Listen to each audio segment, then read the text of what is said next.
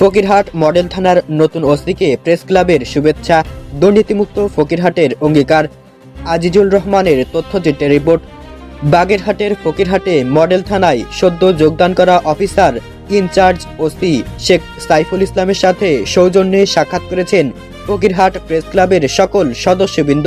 Press ক্লাবের পক্ষ থেকে নতুন ওসিকে শুভেচ্ছা ও অভিনন্দন জানানো হয়। 13 ডিসেম্বর 2025 শনিবার সকাল 11টায় ফকিরহাট মডেল থানার এই সৌজন্য সাক্ষাৎ ও মতবিনিময় সভা অনুষ্ঠিত হয়। প্রেস ক্লাবের সদস্যরা নবাগত ওসিকে শুভেচ্ছা জানানোর পাশাপাশি ফকিরহাটের আইন শৃঙ্খলা পরিস্থিতি নিয়ে আলোচনা করেন এবং তাদের পূর্ণ সহযোগিতার আশ্বাস দেন।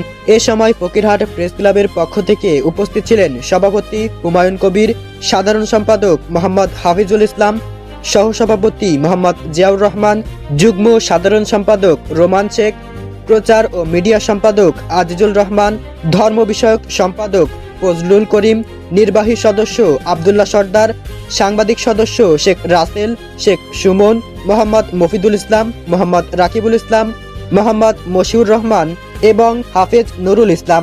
নবাগত ওসি শেখ সাইফুল ইসলাম প্রেস ক্লাবের সদস্যের সাথে মতবিনিময়ের সময় ফকিরহাটকে দুর্নীতিমুক্ত করার দৃঢ় অঙ্গীকার ব্যক্ত করেন। তিনি জানান, ফকিরহাটকে দুর্নীতিমুক্ত করতে তার ভূমিকা থাকবে অপরিসীম। তিনি স্পষ্ট করে বলেন, সকল প্রকার অপরাধ দমন করে জিরো টলারেন্স নীতি অবলম্বন করা হবে। সকলের নিরাপদে বসবাস করার অঙ্গীকারও তিনি প্রদান করেছেন।